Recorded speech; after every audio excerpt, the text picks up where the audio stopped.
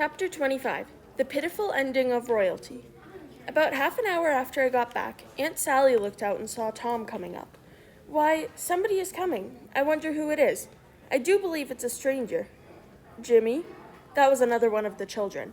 Run and tell Liz to put on another plate for dinner. Everybody made a rush for the front door. Strangers didn't come there every day.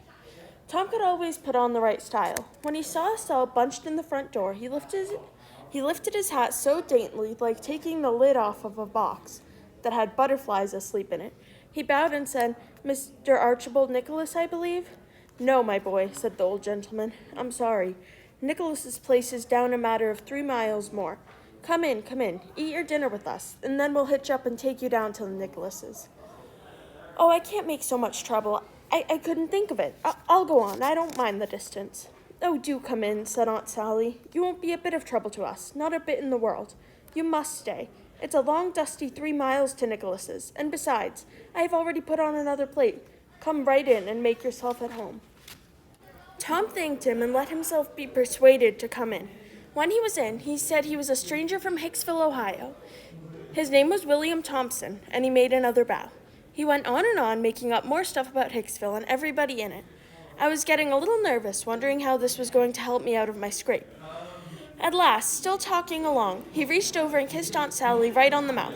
Then he settled back again in his chair and was going on talking, but she jumped up and wiped her mouth with the back of her hand and said, "You audacious puppy." He looked kind of hurt and said, "I'm surprised at you, ma'am." "You are surprised? Why, what do you reckon I am? I've a good notion to take and say.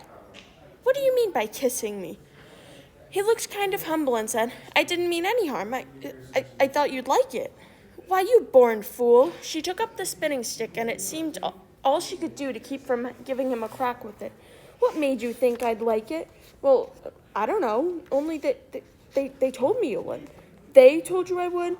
Whoever told you is another lunatic." "Who is they?" "Why, everybody. They all said so, ma'am." It was all she could do to hold it in. Her eyes snapped, and her fingers worked like she wanted to scratch him. "Who is everybody?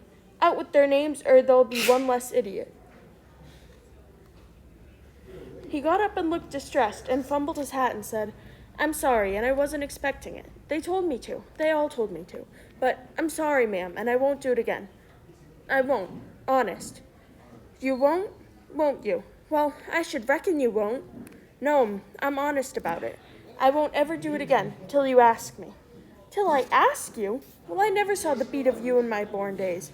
You'll be as old as Methuselah before I ask you, or the likes of you." "Well," he said, "I'm surprised I can't make it out. They said you would, and I thought you would, but—" He stopped and looked around for a friendly eye somewhere. He looked at the old gentleman and said, "Didn't you think she would like to kiss me, sir?" "Why, no, no, I believe I didn't." Then he looked at me and said, "Tom, didn't you think Aunt Sally would open out her arms and say, 'Sid Sawyer'?" "My land," she said, jumping for him, "you impudent young rascal, to fool a body so." She was going to hug him, but he fended her off and said, "No, not till you have asked me first." She didn't lose any time, but asked him. She hugged him and kissed him again and again, and then turned over to the old man. After a while, Aunt Sally said, "Why, dear me, I never saw such a surprise. We didn't look for you at all, but only Tom.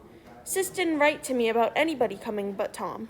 I begged to come, and at the last minute she let me. Coming down the river, we thought it would be fun for Tom to come in first, and for me to drop in later and let on to be a stranger. But it was a mistake, Aunt Sally. This is no healthy place for a stranger to come up." "No, not for impudent whelps, Sid. You ought to have your jaws boxed, but I don't care. I would be willing to stand 1,000 such jokes to have you here. Well, to think of that performance! I was most petrified with astonishment when you gave me that smack." We had dinner out in the broad open passage between the house and the kitchen. There was food enough on the table for 7 families, and all good and hot. Uncle Silas said a long blessing over it, but it was worth it. There was a good deal of talk all the afternoon, but not a word about a runaway slave. But at supper that night, one of the little boys said, "Pa, can we go to the show?"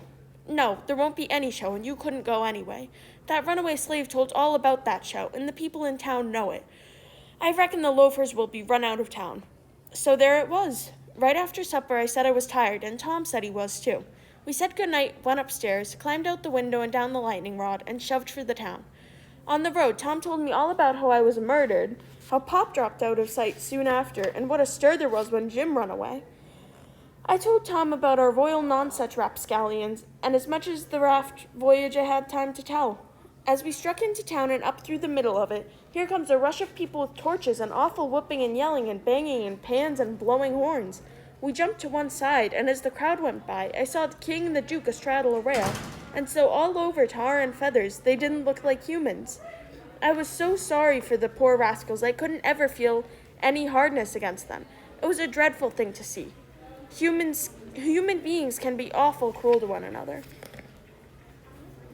We poked along back home.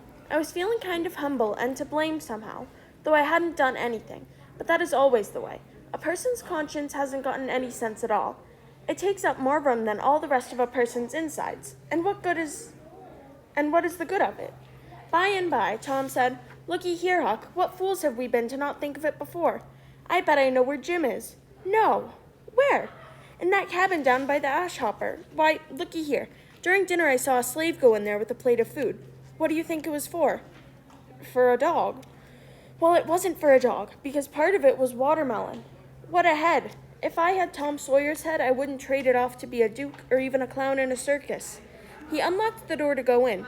Watermelon shows man, lock shows prisoner. "All right, I'm glad we found it out detective fashion. I wouldn't give shucks for any other way. Now, you work your mind and study out a plan to steal Jim. I'll study one out too. We'll take the one we like the best. Now, start thinking." Pretty soon he said, "Ready?" "Yes," I said. "All right, bring out your plan." "My plan is this," I said. "First, find out if it is Jim in there. If it is, then get my canoe tomorrow night and go bring my raft over from the island. Then the first dark night that comes, steal the key and get Jim out. Then shove off down the river on the raft, hiding daytimes and running nights, the way we used to do. Wouldn't that plan work?" "Certainly it would work, like rats a-fighting, but it's too blame simple. There's nothing to it. It's mild as goose milk, easy as breaking into a soap factory." I didn't say anything. I was expecting the right plan to come from him. And it wouldn't be too simple either. When he told me his plan, I saw in a minute it was worth 15 of mine for style. It would make Jim just as free as mine would, and maybe get us all killed besides. I needn't tell what it was for yet, for he would be changing it all along, putting new style into whenever he got a chance. When we got home, the house was all dark. We went on down the cabin by the ash hopper to look over it. The hounds didn't make much noise. They had seen us enough to know us. On one side of the cabin, we found a window hole with just one board nailed across it. I said, "This hole's big enough for Jim to get through if we tear off the board." Tom said, "I should hope we can find a better way than that, Huck. That would be easy as playing hooky." "Well then," I said, "how will it do to saw him out, the way I got out before I was murdered that time?" "That would be good, but I bet we can find a better way. No hurry, let's keep on looking around." On the backside was a lean-to that joined the hut at the eaves. We went in the lean-to and struck a match. There was no door from the lean-to into the cabin. The floor was the ground, and there was nothing in there but some rusty hoes and spades and picks. Tom was joyful. "Now we are all right. We can dig him out. It'll take about a week." Then we started for the house. I went in the back door. You only had to pull a latch string. They didn't fasten the doors, but that was too easy for Tom Sawyer. No way would do him, but he must climb up the lightning rod. He got up halfway 3 times and fell every time. The last time he nearly busted his brains out, and he thought he might have to give it up. But after he was rested, he said he'd give her one more try for luck, and this time he made the trip.